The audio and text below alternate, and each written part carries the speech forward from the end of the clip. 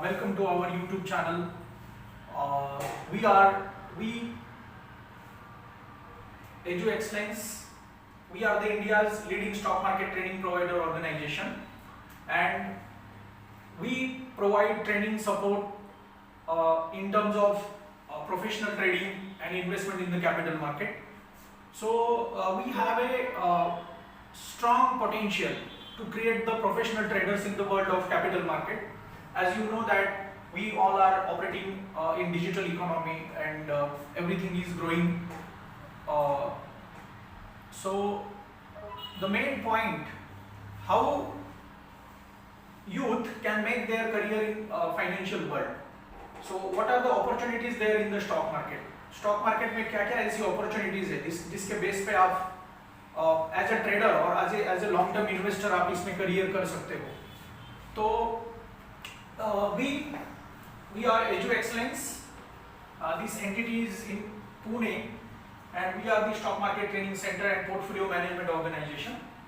सो आज मैं आप लोगों को बताऊंगा कि कैपिटल मार्केट के जो कौन कौन से सेगमेंट है और कौन कौन से सेगमेंट में काम करके हम अपने आप को इनहेंस कर सकते हैं, अपने जो स्किल्स है, हायर स्किल्स हम मार्केट में अचीव कर सकते हैं. So first I would like to introduce you with the different segments of the market, जिसमें फर्स्ट सेगमेंट है इक्विटी. आपको पता है इक्विटी मतलब क्या? इक्विटी को ही शेयर्स ही कहा जाता है, इक्विटी को आप स्टॉक्स भी कहते हो. तो इक्विटी मार्केट में lot of investor, this is subject to long term investment in the capital market. Equity market में अगर आप काम करते हो तो आप लॉन्ग टर्म के लिए मार्केट में कंपाउंडिंग के साथ आपकी वेल्थ बढ़ा सकते हो. तो इक्विटी में जो सेगमेंट है, इक्विटी में कैसे काम किया जा सकता है. इक्विटी में आप as a intraday trader buy and sell activity करके डे बेसिस पे आप प्रॉफिट जनरेट कर सकते हो. दूसरा जो सेगमेंट है that is delivery based trading और कैश एंड कैरी. इस सेगमेंट में आप आज सिक्योरिटी को बाय कर सकते हो, स्टॉक्स को बाय कर सकते हो और you can keep it for long term for your growth और कैपिटल गेन. आपको पता है डिलीवरी बेस्ड ट्रेडिंग करके मार्केट में आप कैपिटल गेन होता है और अदर कॉर्पोरेट एक्शंस होती है मार्केट में, जैसे कि बोनस मिलता है, डिविडेंड मिलता है, स्टॉक स्प्लिट्स होते हैं, उसके बाद राइट इश्यूज होते हैं. तो multiple corporate action organization investors को अट्रैक्ट करने के लिए ये कॉर्पोरेट एक्शंस मार्केट में होती है और उसका बेनिफिट अल्टीमेटली इन्वेस्टर को होता है. सो हमें मार्केट में इंट्राडे में भी आप मार्केट में जैसे अलग सेगमेंट्स में इंट्राडे में आप डेरिवेटिव में काम कर सकते हो, करेंसी फॉरेक्स क्रिप्टो में काम कर सकते हो, कमोडिटीज को डे टू डे बेसिस पे इंट्राडे में ट्रेड कर सकते हो. और डिलीवरी बेस्ड, जैसे मैंने बोला, डिलीवरी बेस्ड ट्रेडिंग है, that is the long term trading in the capital market. लॉन्ग टर्म में आप आपका portfolio, the companies which are fundamentally very strong, where you see the volume, value, liquidity in the market. जो company के fundamental बहुत strong है, ऐसी कंपनीज में आप इन्वेस्टमेंट करके लॉन्ग रन के लिए वेल्थ क्रिएट कर सकते हो. अगर मैं इन्वेस्टर के इन्वेस्टमेंट के 3 अप्रोचेस होते हैं. बाय एंड होल्ड कर सकता है स्टॉक्स को, ग्रोथ पोटेंशियल के लिए कंपनी अपने पोर्टफोलियो में ऐड कर सकता है, और वैल्यू इन्वेस्टमेंट जो वॉरेन बफेट फॉलो करते हैं. इंट्रिंसिक वैल्यू, फेयर वैल्यू पे कंपनी को बाय करो और लॉन्ग टर्म के लिए उसको होल्ड करो. बट इसके जो पैरामीटर है, कोई भी कंपनी फंडामेंटल एनालिसिस आपको बिजनेस का ओवरव्यू बताता है कि मैंने कौन से बिजनेस में मैंने इन्वेस्टमेंट करना चाहिए. वॉरेन बफेट हमेशा बोलते हैं कि first understand the business of the company. अब जैसे इकोनॉमी में, डिजिटल इकोनॉमी में आपको पता है pharma sector, FMCG, IT, banking, metals, electric battery segment, ये सेक्टर है जो लॉन्ग टर्म के लिए सस्टेन करेंगे. आपके मन में हमेशा ये प्रश्न आना चाहिए कि व्हाट नेक्स्ट, आगे क्या होगा.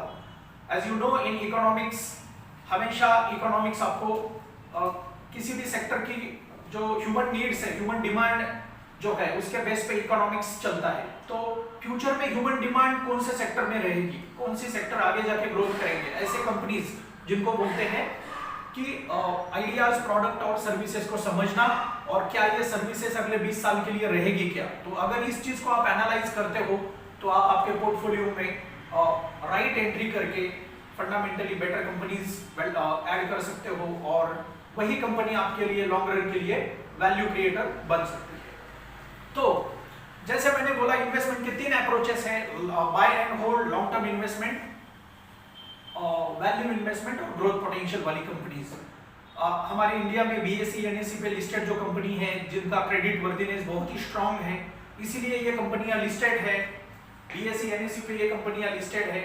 उन्हीं में से जो बेटर स्टॉक्स आपको लगते हैं जो आपके लिए लॉन्ग टर्म के लिए वेल्थ क्रिएट दे सकते हैं, तो उनका फंडामेंटल एनालिसिस कैसे किया जाएगा।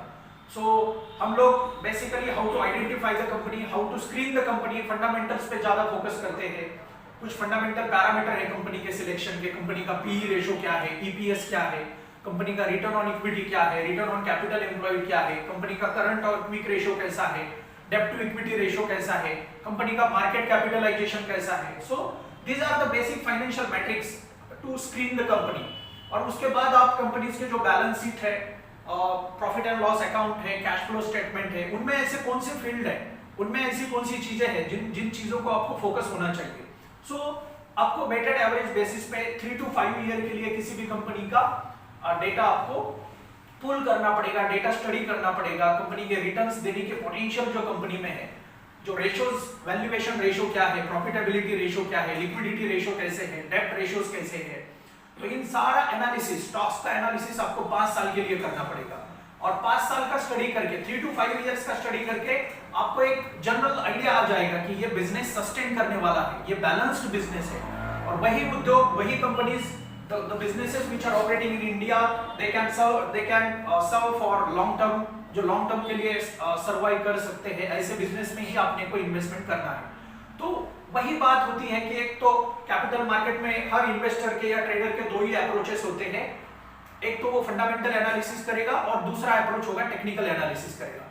फंडामेंटल एनालिसिस आपको ब्रॉडर मैक्रो सेंस देगा कि यस, मैंने इस बिजनेस में जाना है, इस एंटिटी में जाना है, मैंने कौन सा कंपनी लेना है, कौन से बिजनेस में मैंने अपना इन्वेस्टमेंट करना है। और इन्वेस्टमेंट के और ट्रेडिंग के अलग अलग व्यूज हैं, जैसे स्कैल्पर होता है जो ट्रेड आप इंट्राडे में 4, 5, 10 मिनट के लिए ट्रेड कर सकते हो। अदर व्यू होता है इंट्राडे ट्रेड, ट्रेडर की जो टाइपोलॉजीज है, स्कैल्पर है, इंट्राडे ट्रेडर है, स्विंग ट्रेडर है और लॉन्ग टर्म जिसको पोजिशनल ट्रेडर बोलते हैं।